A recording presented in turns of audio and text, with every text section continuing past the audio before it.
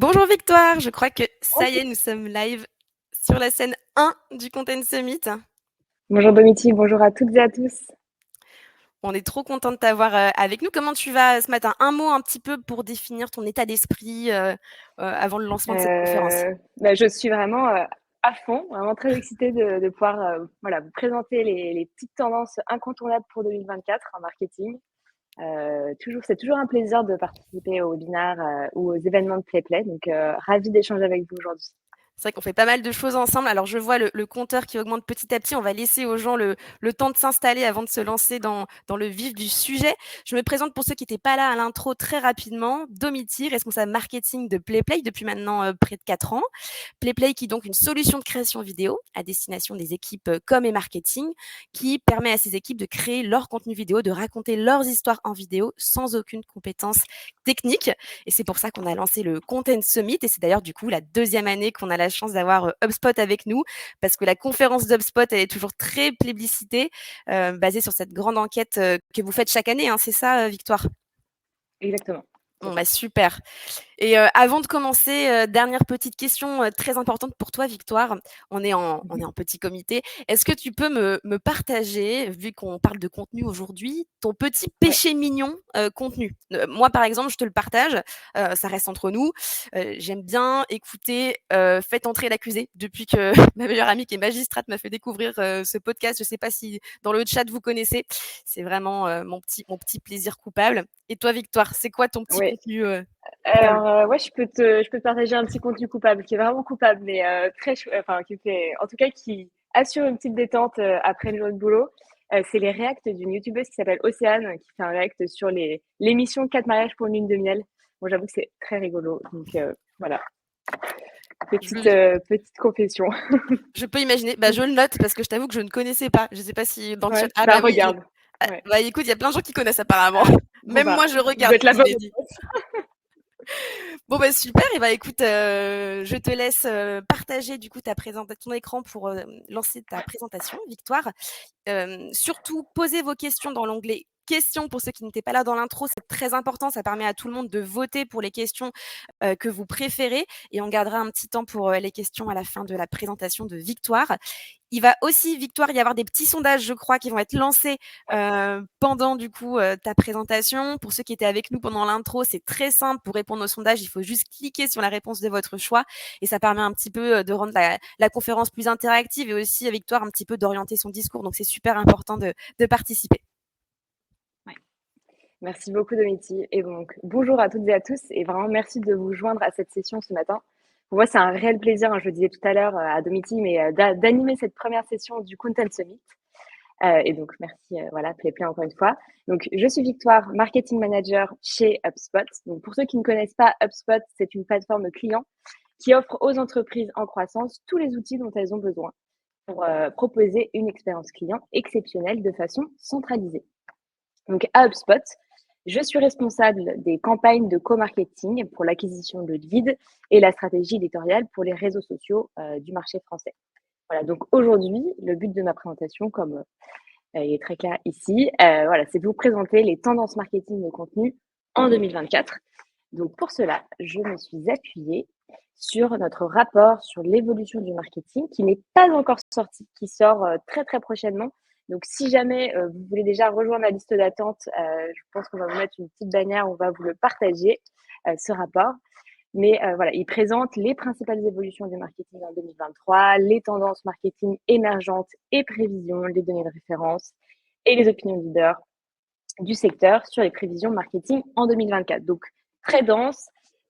Il se repose sur des données qui ont été récoltées auprès de plus de 1600 spécialistes du marketing et B2B et B2C dans le monde et également une audience francophone. Donc, je me suis un peu plus appuyée sur les chiffres français dans ma présentation pour justement, voilà, on soit encore plus précis sur les tendances du marketing de contenu en 2024 sur le marché français donc.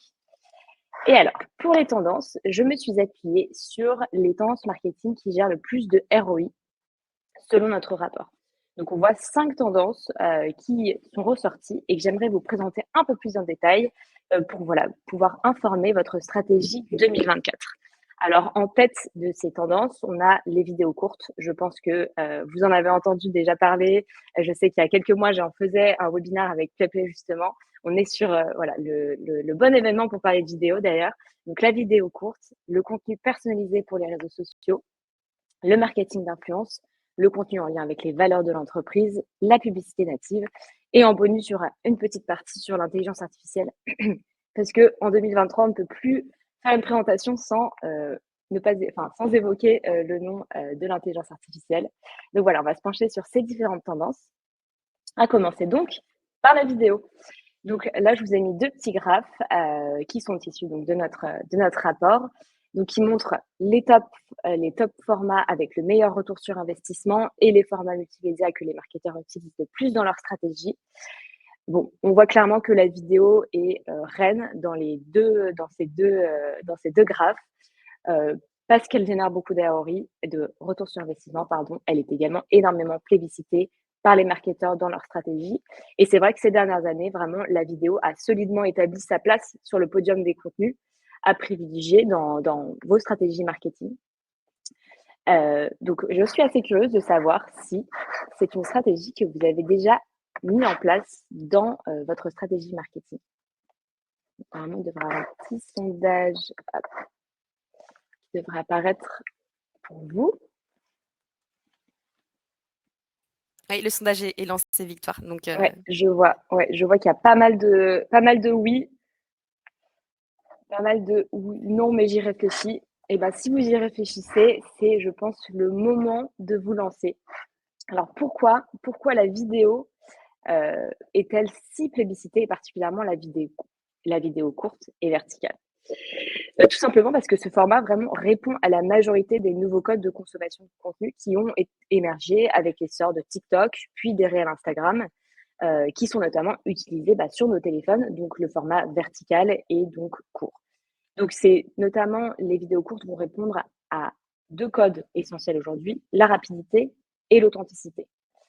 D'une part, la rapidité, parce que la durée moyenne d'attention des individus, elle a vraiment réduit. Aujourd'hui, donc 83% des spécialistes du marketing considèrent qu'une vidéo courte optimale doit durer moins de 60 secondes. Donc, c'est vraiment très, très court. Donc, ce chiffre-là, je le tire de notre rapport sur les tendances 2023 de la vidéo qu'on a conçue avec PlayPlay, qui vous sera sans doute partagé, voilà, qu'on a lancé en mars-février, voilà, qui vraiment a fait l'état aussi des tendances vidéo. Et on a vraiment vu qu'effectivement, le format court fonctionnait, et parce que justement, ce temps de réaction, pas de réaction, ce temps d'attention réduit énormément avec justement l'essor de TikTok, d'Instagram et le portable qu'on a toujours dans nos poches, qu'on sort juste pour vraiment consommer un petit contenu sur le pouce. Et d'autre part, donc l'authenticité, parce que vraiment ce contenu, parce qu'il est très accessible au niveau de sa création, c'est pour ça que je vous ai mis là ce petit exemple d'un compte TikTok qui partageait des petites astuces pour créer de la vidéo créative et rapide.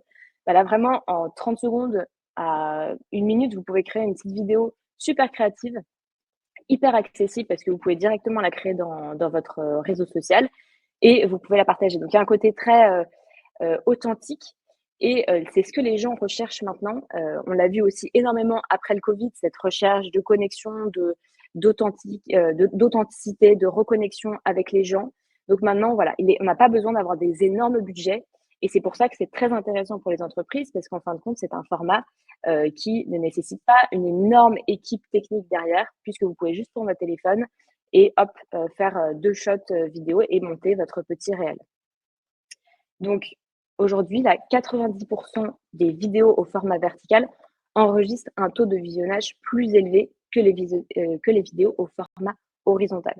Donc, encore une fois, ça, c'est vraiment lié aux nouveaux usages, donc le fait qu'on utilise vraiment nos téléphones pour consommer ces contenus, puisqu'aujourd'hui, Instagram et TikTok vont vraiment être utilisés sur les téléphones principalement. Et en fait, la vidéo verticale va vraiment avoir un côté immersif par rapport aux vidéos horizontales. Donc, c'est pour ça que là, les exemples que je vous ai ajoutés, par exemple, ici d'Ubisoft et de Doctolib, sont vraiment des exemples de vidéos verticales. Donc, en France, les marketeurs, ça, ils l'ont très bien compris. Et il y a 51% d'entre eux qui ont prévu d'augmenter leur investissement dans les vidéos courtes, tandis que 37% les maintiennent. Et à l'échelle mondiale, 90% des marketeurs qui exploitent les vidéos courtes ont l'intention justement d'augmenter ou de maintenir leur investissement cette année, puisqu'ils voient à quel point voilà, c'est vraiment le format roi pour attirer et convertir en 2024. Donc si la vidéo est une stratégie de contenu que vous souhaitez mettre en place, j'ai vu pas mal de monde qui avait voté pour voilà, non, mais j'y pense. Et bien, gardez en tête que pour maximiser le retour sur investissement des vidéos, il est vraiment essentiel pour vous de définir clairement les objectifs de votre contenu et ceux de votre entreprise.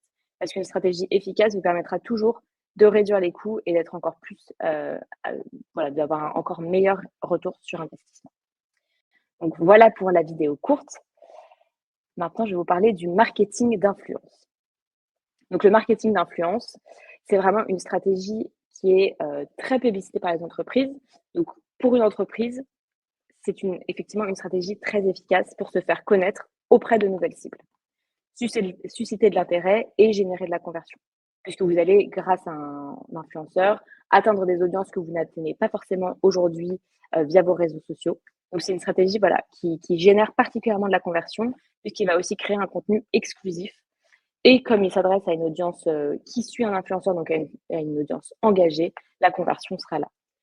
De fait, 33% des entreprises y font appel pour mettre en avant leurs produits et créer des contenus exclusifs. Vous me direz 33%, c'est pas encore un énorme pourcentage, mais vraiment, le marketing d'influence gagne de plus en plus en popularité auprès des entreprises. C'est vraiment un marché qui se construit de plus en plus, et ce depuis quelques années déjà.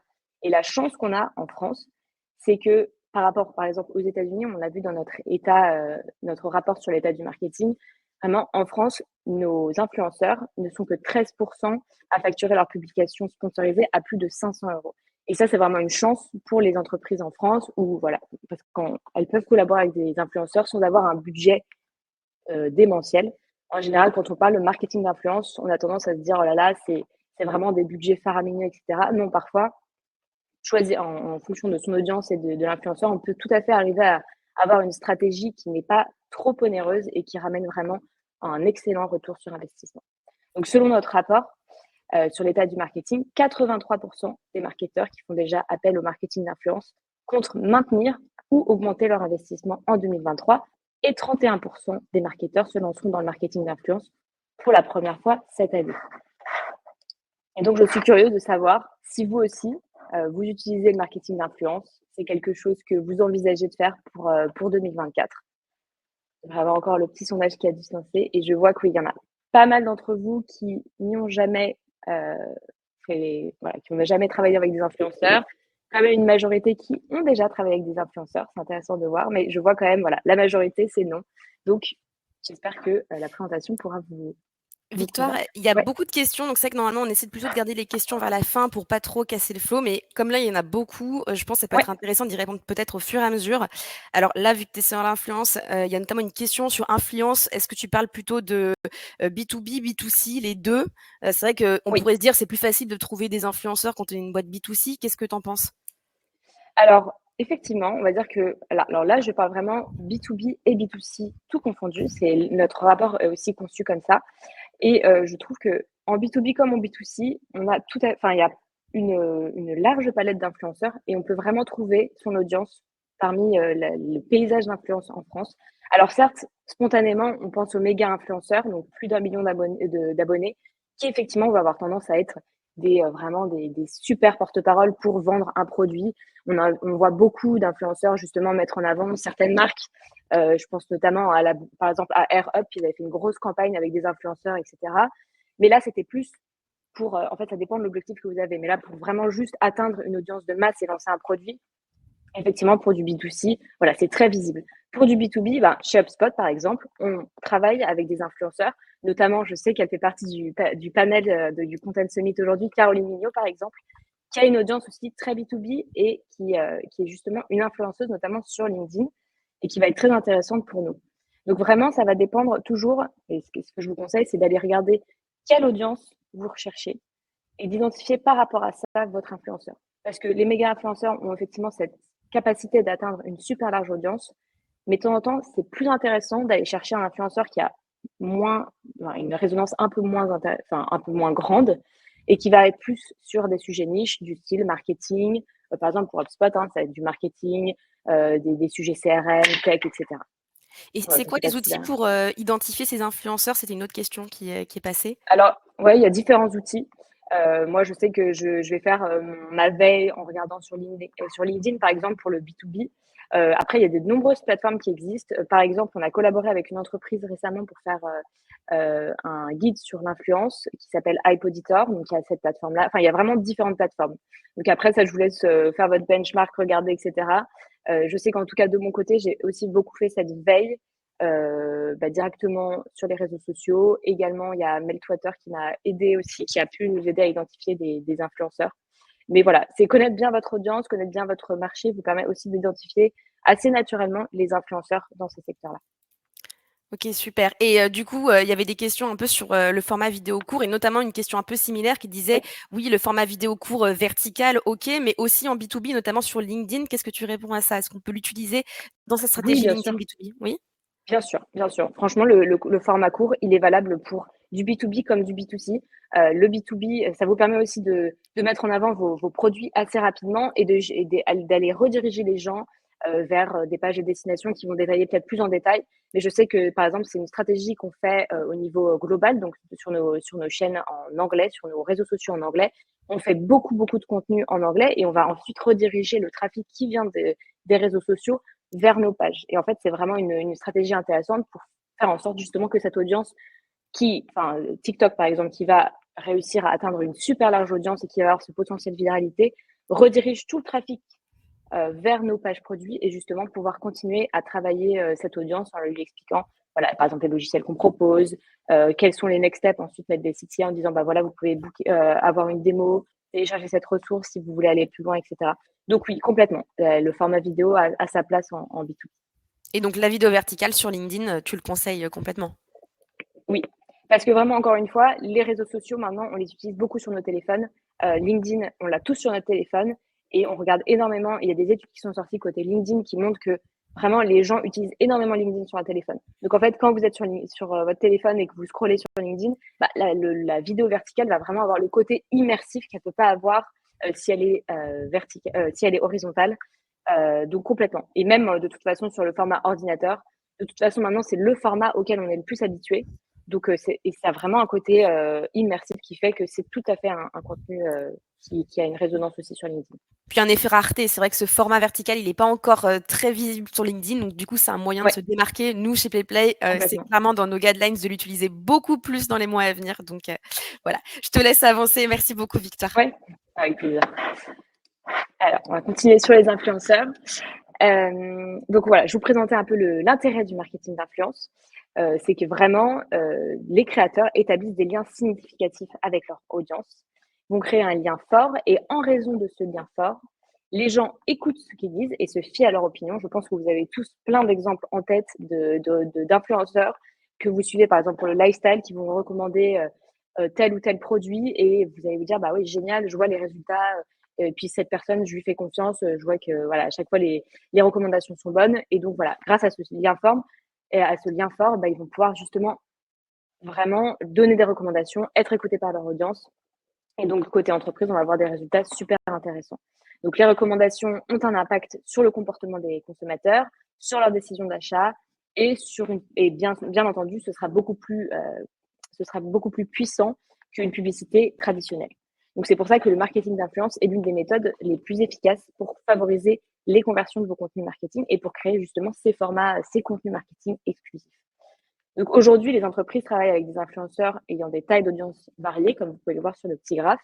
Donc juste pour que ce soit bien clair pour vous, il y a les nano-influenceurs qui sont entre 1000 et 10 000 abonnés, les micro-influenceurs entre 10 000 et 100 000 abonnés, les macro-influenceurs entre 100 000 et 1 million d'abonnés et les méga-influenceurs avec plus d'1 million d'abonnés. Donc là, ce graphe, il concerne la France uniquement. Il y avait une toute petite variation avec le reste du monde, mais on voit que les entreprises françaises travaillent davantage avec des micro-influenceurs, donc micro-influenceurs entre 10 000 et 100 000 et macro entre 100 000 et 1 million, que des méga ou des nano-influenceurs. Vraiment, les nanos, c'est toute petite audience et méga, voilà, plus d'1 million. Donc, c'est très, très intéressant de voir qu'en fait, les célébrités, donc les méga influenceurs, n'apportent pas forcément le ROI le plus intéressant. Et c'est ce que je vous disais un peu plus tôt en répondant à vos questions. Euh, voilà, en fait, c'est pour ça que c'est très intéressant de fixer son objectif et d'essayer de regarder quelle audience, quel est le but et quelle est l'audience que je veux atteindre. Parce que les micro et les macro-influenceurs, en fin de compte, sont considérés comme les plus rentables pour les marketeurs. Leur coût est en effet plus raisonnable et bien que les audiences et les audiences sont bien plus engagées puisque c'est des communautés qui sont vraiment plus restreintes et autour de l'influenceur. Donc, parmi les marketeurs qui travaillent avec les créateurs, à l'audience de moins de 100 000 abonnés, c'est-à-dire les micro-influenceurs, il y en a 38% qui affirment qu'ils apprécient les coûts raisonnables de leur collaboration. Donc là, je vous ai mis, par exemple, des petits exemples de différents influenceurs. Donc, je vous ai mis Squeezie, que vous devez tous connaître, effectivement, qui a des millions et des millions d'abonnés, donc qui est considéré comme un méga influenceur. Un macro-influenceur qui est déjà beaucoup plus niche, ici, qui est un contre-ténor, qui fait aussi de la danse, etc. Donc lui, voilà, par exemple, ça va être une bonne collaboration pour Lacoste. Je vous ai mis l'exemple de Lacoste qu'il a identifié comme un bon influenceur avec lequel travailler. Et puis enfin, Caroline Mignot, dont je parlais tout à l'heure, qui est considérée comme une micro-influenceuse sur Instagram et sur LinkedIn et qui a une audience un peu plus niche et avec laquelle, par exemple, HubSpot collabore et on adore collaborer avec elle parce qu'effectivement, son audience est tout à fait pertinente. Donc, en fait, l'engagement sur les contenus des influenceurs avec des audiences un peu plus restreintes va être encore plus intéressant, sans compter l'accès à cette audience niche qui va être plus proche du cœur de cible. Et donc, 31% des entreprises rapportent que les plus petits influenceurs semblent bénéficier de plus de confiance de la part de leur audience, ce qui est assez logique quand on y réfléchit. Et ce qui fait que, effectivement, c'est en général une stratégie très intéressante. Et ce qui fait qu'en 2024, donc il y a 22% des entreprises qui prévoient de travailler avec des nano-influenceurs, donc encore plus petites niches, tandis que 51% pensent collaborer avec des micro-influenceurs, 63% avec des macros et 25% avec des méga-influenceurs. Voilà pour le marketing d'influence. Et Victoire, il y a encore une question sur l'influence et après je te laisse avancer pour être sûr qu'on puisse tout couvrir. Mais Oui. est-ce que tu as un peu des conseils pour, ces questions d'Esther, pour contacter un influenceur, le convaincre? Comment on approche, vous qui le faites déjà un petit peu, comment tu conseilles d'approcher ces influenceurs, qu'ils soient micro ou macro? Peut-être d'ailleurs c'est différent. Ouais, alors c'est toute une stratégie. En général, les influenceurs, ils apprécient qu'on les contacte parce qu'on apprécie particulièrement leur contenu, etc. Donc, ce que je vous conseille, si vous avez identifié par exemple un influenceur avec lequel vous voudriez travailler, c'est déjà juste de suivre cet influenceur avec le compte de votre entreprise, par exemple, d'interagir, de commenter un peu ses publications et puis de faire un premier outreach en lui envoyant un message en disant, écoutez, voilà, j'ai pris connaissance du contenu, j'aime vraiment beaucoup ce que vous faites et votre audience semble être vraiment une audience avec laquelle on pourrait raisonner également, avoir une résonance. On adorerait collaborer avec vous et voilà, faire une première démarche, mais en se disant, on n'arrive pas, c'est pas un email cold, donc sans contexte, hors contexte, sans que la personne a du tout vu, commenter ou s'engager. Vraiment montrer que on s'engage, on est intéressé par cet influenceur. En général, les influenceurs vont vraiment apprécier et ça permet d'ouvrir une première discussion. Ils seront sans doute plus enclins à discuter.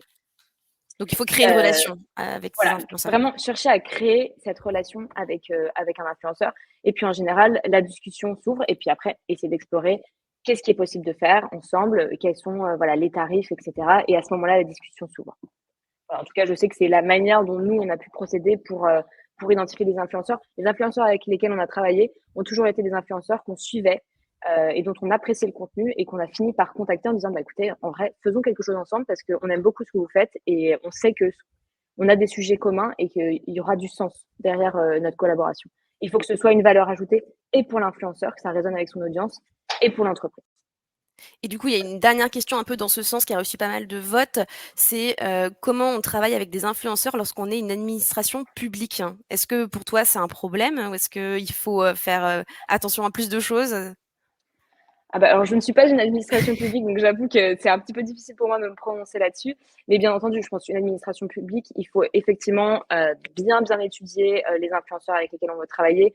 Voilà, s'assurer que vraiment le contenu est en phase avec ceux qu'on veut diffuser. Mais je pense qu'il faut être d'autant plus prudent et vraiment regarder quel est le contenu, quelle est l'évolution de cet influenceur, vraiment quelle est son audience, comment les messages sont perçus, comment le contenu est créé. Voilà, je serais d'autant plus prudente puisque c'est une administration publique. Maintenant, j'avoue que c'est juste une opinion là que j'émets parce que je ne sais pas et n'étant pas moi-même, n'ayant pas cette expérience-là, je peux pas vraiment me prononcer. Merci Victoire, je te laisse avancer. Oui, alors on va continuer sur les réseaux sociaux. Donc là, je vous ai mis 2 graphes, pareil, issus de notre rapport. Donc un qui liste les plateformes des réseaux sociaux les plus utilisées et un sur le réseau social qui génère le meilleur ROI. Et on voit que Facebook est en tête. Facebook est en tête largement, utilisé par 64% des marketeurs et qui précède vraiment Instagram, YouTube, TikTok, Twitter et LinkedIn. Et puis, c'est aussi le réseau social qui génère le meilleur ROI. Donc, Facebook offre encore est un excellent canal pour captiver et convertir encore en 2024. Pourquoi? Parce que même si on se dit, bon, bah, effectivement, et je vois des petits messages passer, ah, c'est surprenant. Oui, c'est surprenant, mais en fait, le fait est que Facebook, même si les gens n'utilisent pas tant que ça, c'est quand même un énorme réseau ads. Et c'est aussi, enfin, tout le monde est sur Facebook parce que Facebook, c'est méta. Donc, en fait, vous avez Facebook, vous avez Instagram, vous avez WhatsApp. Enfin, c'est pas Facebook spécifiquement, mais en fait, tout le monde est sur Facebook juste pour utiliser Instagram, de temps en temps WhatsApp ou juste pour. Voilà, c'est vraiment, quand on regarde les audiences des différentes plateformes, Facebook est toujours en tête parce que même si on se dit je ne l'utilise pas, on a quand même un profil sur Facebook. Donc c'est très intéressant de voir ça. Voilà, je voulais partager ça parce que je me disais que c'était intéressant de voir qu'en fait Facebook était quand même toujours en tête des tendances sur les réseaux sociaux, même si c'est pas la plateforme la plus sexy aujourd'hui. Donc le marketing sur les réseaux sociaux a vraiment gagné en importance aux yeux des organisations, et ça fait déjà quelques années. Mais en particulier suite aux derniers événements économiques, puisque les réseaux sociaux, ils ont quelque chose de, ça coûte pas très cher. Voilà, se créer un compte sur les réseaux sociaux, c'est gratuit et ça permet quand même d'avoir un accès à une audience, à développer une communauté et c'est très intéressant et stratégique pour les entreprises. C'est pour ça que maintenant elles ont investi les réseaux sociaux. Et près de la moitié des organisations, donc à peu près 46%, prévoient d'y consacrer un budget supérieur. Mais en fait, quel contenu aujourd'hui en 2024 proposer sur ces différentes plateformes en 2024? Alors, je vous ai fait un petit listing des différents contenus à vraiment prendre en compte pour sa stratégie 2024 pour justement davantage convertir, attirer, engager. Et je vais m'arrêter particulièrement sur l'un de ces contenus qui pour moi est une tendance, la tendance la plus importante. Donc voilà, parmi les différentes tendances, il y a le contenu personnalisé, le contenu authentique, les vidéos courtes, on en a déjà parlé, je ne m'arrêterai pas dessus, le contenu interactif et les témoignages. Donc on va s'arrêter particulièrement sur la personnalisation. Parce que de nombreuses équipes marketing ont tendance à publier, voilà, on voit ici 55%, ont tendance à publier la même image, la même vidéo, le même texte sur tous les réseaux sociaux, surtout lorsqu'elles débutent sur ces plateformes. C'est assez normal, puisque bon, il y a tellement de plateformes, c'est difficile de choisir, enfin voilà, de personnaliser, etc. Tout ça prend énormément de temps. Donc, phénomène assez classique. Mais cette approche n'est pas toujours judicieuse parce que les plateformes, forcément, vous le savez très bien, ont des exigences différentes en termes de taille d'image, de caractère, de format et d'audience. Elles ne sont pas du tout fréquentées par les mêmes utilisateurs. Donc, par exemple, si un CEO souhaite prendre la parole au sujet de son entreprise et veut faire un post sur LinkedIn, ce sera peut-être la meilleure audience que sur Instagram où il ne pourra pas poster un texte brut, il faudra peut-être qu'il fasse un carrousel, enfin bref, personnaliser son contenu. Donc voilà, il faut vraiment la personnalisation en 2024 serait vraiment clé pour pouvoir toucher son audience. Toutefois, et selon notre rapport sur l'état du marketing, si on compare les marketeurs qui affirment que leur stratégie était performante l'année passée et ceux qui disent qu'elle ne l'était pas, on voit que 27%, donc ceux qui ont des stratégies performantes, sont plus susceptibles de personnaliser le contenu pour la plateforme sur laquelle ils le partagent. Donc en gros, c'est vraiment crucial de personnaliser le contenu pour chaque réseau social. Et donc, après les réseaux sociaux, je pourrais vraiment en parler très longtemps. C'est un vaste sujet, mais je pensais que voilà, ce qui est vraiment ressorti du rapport, et je me suis dit que c'était très important pour moi de vous le partager aujourd'hui, c'est vraiment cette tendance à la personnalisation qui est vraiment clé et que voilà, il faut investir dans les réseaux sociaux, quitte à se dire je vais simplement investir LinkedIn et par exemple Instagram pour mon entreprise et je vais investir à fond. Je vais publier des réels sur Instagram parce que c'est le format qui fonctionne. Sur LinkedIn, je vais publier des carousels, je vais essayer de mettre en place voilà, différentes stratégies de contenu en fonction des deux audiences que je peux avoir. C'est peut-être même plus intéressant que de dire je vais être sur tous les réseaux sociaux, mais donc j'ai pas le temps de personnaliser. Donc voilà, moi c'est vraiment mon conseil pour vous en 2024. Si vous voulez attirer, convertir, avoir du contenu qui engage, c'est d'investir de manière smart les réseaux sociaux. Et Victoire, tu as évoqué notamment le format du témoignage qui fait un peu écho à un commentaire dans les questions. C'était Fabrice, je crois, qui disait que dans le B2B, les meilleurs influenceurs, ce sont les clients. Finalement, c'est vrai aussi dans le Bien sûr. B2C. Oui. C'est ce qu'on appelle le user-generated content. C'est ça, c'est le contenu qui va être publié par tes utilisateurs, tes clients. Il n'y a rien de plus puissant. Le témoignage en fait évidemment partie. Ça, c'est clairement, je pense, une grosse tendance pour 2024. Oui, bien sûr. Les témoignages, vraiment, c'est ce qui va vraiment convaincre les gens et c'est ce qu'on utilise aussi chez HubSpot, mais vraiment ce format de témoignage où on va donner la parole à un client qui est ravi. En fait, ça va vraiment permettre d'une part de construire des communautés encore plus soudées parce qu'on voit que si on a un client et qu'on est satisfait, eh ben, on rejoint la communauté, on peut s'exprimer, etc. Si on est un client mécontent, bien entendu, on est toujours écouté, on va essayer de comprendre ce qui s'est mal passé, etc. Mais effectivement, c'est très, très puissant. Les témoignages, c'est vraiment aussi quelque chose qui peut se décliner d'ailleurs sous différents formats et c'est là où c'est intéressant. Ça peut être du statique, un carrousel, etc. Ça peut être une vidéo qui peut être super intéressante pour aller creuser un petit peu plus l'étude de cas du client, etc. Mais oui, les témoignages complètement et le user-generated content également. Je pense que les réseaux sociaux avec du contenu interactif et des témoignages ont vraiment cette capacité de construire des communautés qui peuvent être super engagées et quand vous réussissez à construire ça, vous avez tout gagné. Alors, on va passer à la tendance suivante, le contenu lié aux valeurs. Ça peut paraître étonnant, mais oui, aujourd'hui, le contenu lié aux valeurs, c'est très important. Ça vraiment, c'est une tendance qui s'ancre davantage en 2023, on l'a vu, et en 2024, c'est une tendance à prendre en compte. Parce qu'aujourd'hui, terminer vraiment l'époque où les entreprises vendaient simplement un produit, un service, sans prendre compte du contexte économique, environnemental, social, particulièrement dans le contexte actuel. J'avais fait un rapport avec Talkwalker au tout début de l'année 2023 sur les tendances de consommation. On avait vraiment vu deux tendances un peu opposées qui naissaient. Bon, certes, l'attractivité des prix, puisque les gens vont faire plus attention, mais à la fois, les gens, comme ils ont un pouvoir d'achat un peu plus réduit, lorsqu'ils font un achat, ils ont envie d'avoir un impact quand même, notamment sur ce qu'ils vont acheter. Donc, ils veulent acheter quelque chose éthique ou quelque chose qui va avoir des valeurs fortes, quitte à poser un seul ou acheter une seule chose, par exemple, dans la semaine ou dans le mois, ils veulent faire ça, entre guillemets, bien. Donc, ça peut paraître un peu opposé à l'attractivité des prix, mais c'est quelque chose qu'on a vu vraiment ressortir dans de différents rapports, mais c'était très intéressant de le voir aussi dans le rapport de la consommation.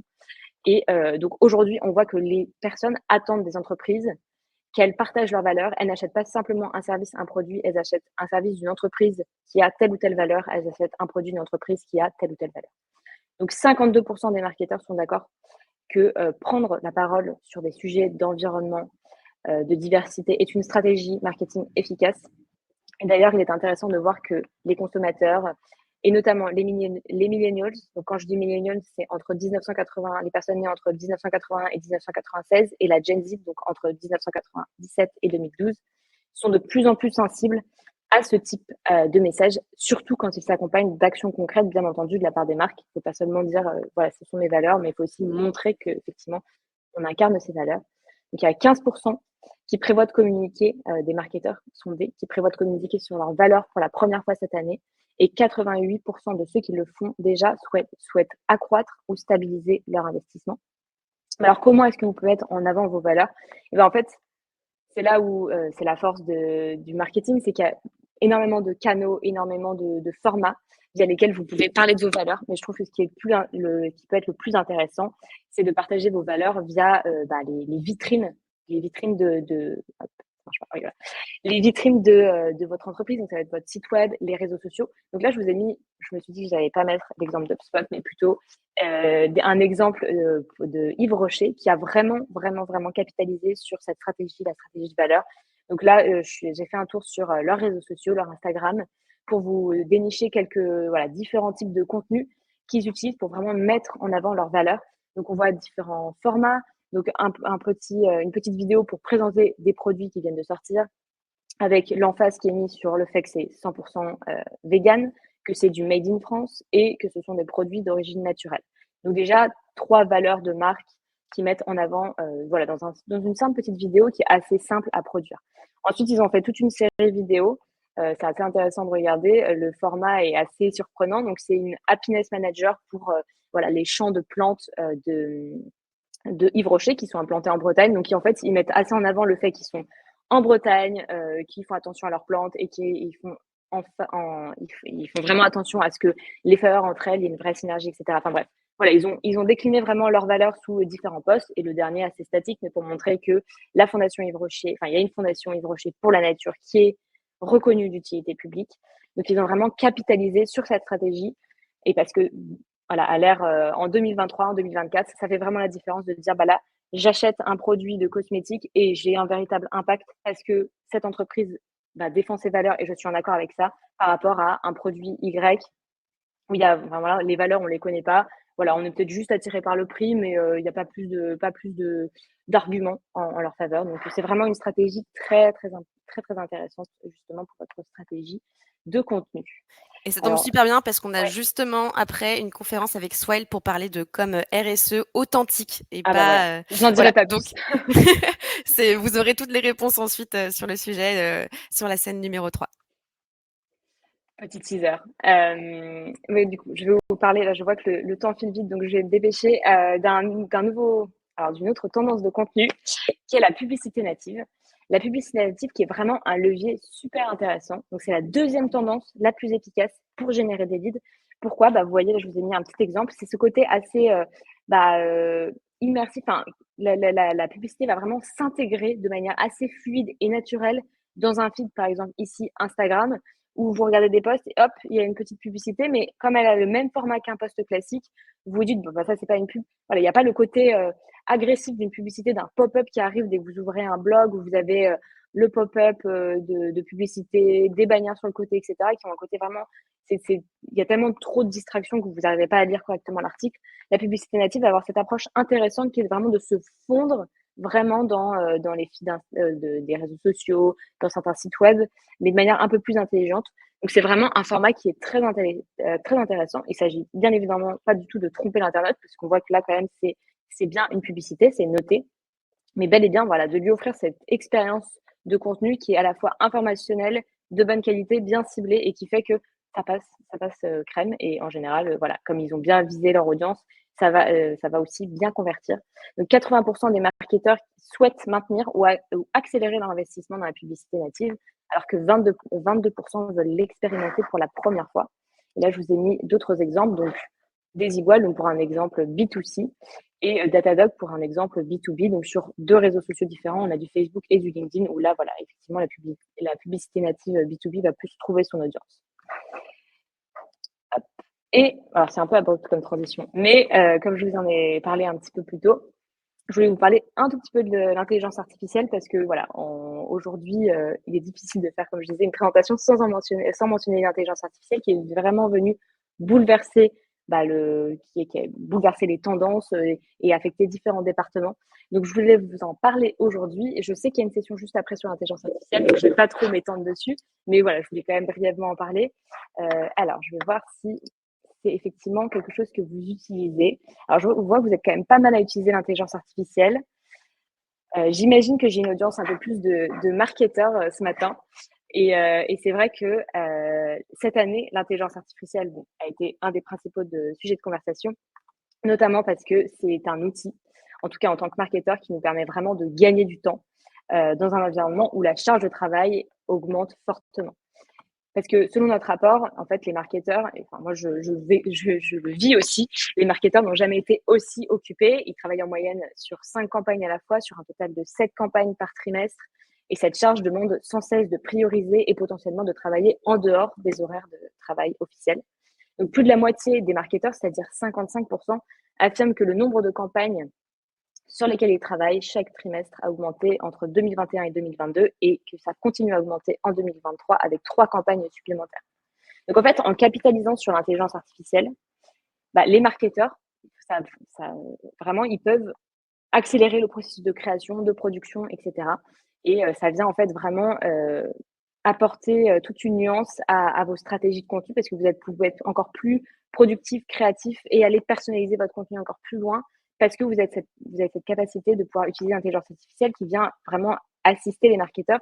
Donc, on voit qu'au niveau de la production, de la productivité, les marketeurs, donc ça, c'est selon un rapport qu'on va vous mettre aussi en ungated, qu'on va vous envoyer. mais qui a été fait aux États-Unis par HubSpot. Et bon, il est en anglais, mais je pense que ça peut être très intéressant pour vous de le consulter. Et on y voit qu'effectivement, ça permet aux marketeurs de gagner jusqu'à 12,5 heures de gagner par semaine et 25 à 26 jours de travail supplémentaires grâce à l'intelligence artificielle qui allège le travail. Donc, on a plus de jours pour travailler. Hein. C'est pas, on a des jours supplémentaires de travail à cause de l'IA.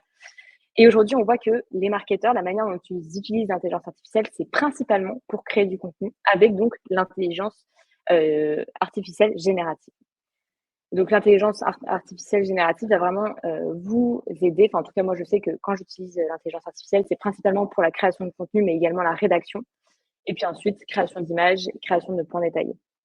Donc, l'intelligence artificielle, je souhaitais en parler aujourd'hui parce que c'est quand même un outil qui permet de vraiment transformer le marketing de contenu en rendant les campagnes plus efficaces, en automatisant les tâches fastidieuses et en améliorant la personnalisation, ce qui peut vraiment conduire à de meilleurs résultats et une expérience client encore meilleure. Mais après, il est important, et ça je tiens à souligner particulièrement parce que voilà, on est sur le marché français, donc on est en Europe, on est touché par la RGPD. Donc il est très important de l'utiliser de manière éthique et de se renseigner sur voilà, la protection de la vie privée des utilisateurs, le traitement des données. Je sais que la CNIL est en train de travailler sur ces sujets. Ça avance assez rapidement, mais toujours de garder ça en tête, puisque effectivement, on n'est pas encore tout à fait en mesure d'identifier comment ces données sont traitées. Donc voilà, je suis allée un peu plus vite à la fin, mais je crois que je suis arrivée au bout du temps qui m'a été accordé. Merci beaucoup, Victoire. Ouais. Oui, en effet, on a de la chance, on a un petit peu de buffer cette année entre les scènes, donc on peut s'en servir pour dépasser un petit peu. Bon, après, on a essayé aussi de répondre aux questions au fur et à mesure, et je pense que c'était la bonne chose à faire. Il y a encore des questions qui n'ont pas eu de réponse. On note toutes vos questions et on vous y répondra avec Victoire. Je vois qu'il y a des questions très intéressantes sur le ROI du contenu. On vous y répondra en asynchrone. En tout cas, Victoire, est-ce qu'on pourra avoir du coup ce rapport? Tu l'as déjà dit, mais je crois qu'il sort bientôt. Et est-ce qu'on pourra l'envoyer du coup en avant-première aux participants? Bien sûr, bien sûr. Oui. Oui. Et vous aurez aussi accès au replay. Donc, merci beaucoup, Victoire. C'était très dense. Moi, j'ai appris plein de choses et j'avoue que le marketing d'influence, c'est encore quelque chose qui est un peu nouveau chez PlayPlay. Évidemment, on fait déjà pas mal de vidéos, mais tu vois, j'ai appris plein de choses. J'espère que vous aussi, dans l'audience, vous avez pris plein d'idées pour votre planning marketing et com de 2024. On va enchaîner tout de suite sur la scène 1. Tu nous as fait une super transition Victoire, vu qu'on va parler d'intelligence artificielle avec Mathieu Cortési, qui est the influenceur du moment, notamment sur le sujet de ChatGPT. Il a 13 000 abonnés à sa newsletter. Ça va être hyper concret, donc restez si ce sujet vous intéresse. Mais vous avez aussi le droit de switcher sur les autres scènes. Je ne vous en voudrais pas. Sur la scène numéro 2, on a le géant de la vidéo, vu qu'on parlait de vidéo, YouTube, qui va venir nous présenter les bonnes pratiques pour lancer sa marque. Il n'est pas encore trop tard pour se lancer sur YouTube. Et enfin, on parlait justement de RSE il y a quelques secondes avec Victoire, et on a Stéphanie de Swile, qui est une spécialiste de la RSE. Ça fait 15 ans qu'elle fait ça dans des entreprises en hyper croissance, et elle va nous apprendre à avoir une communication RSE authentique et pas greenwashing, pas le bullshit. Sujet super intéressant. C'est dur de choisir, mais vous pouvez le faire, et de toute façon, il y aura les récaps. Victoire, tu restes avec nous?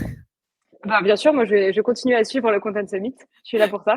Super. Merci à tous. Je vais accueillir Mathieu dans les coulisses et je vous dis à tout de suite si vous restez avec nous sur la scène 1. Merci Victoire. Merci beaucoup. Bonne journée.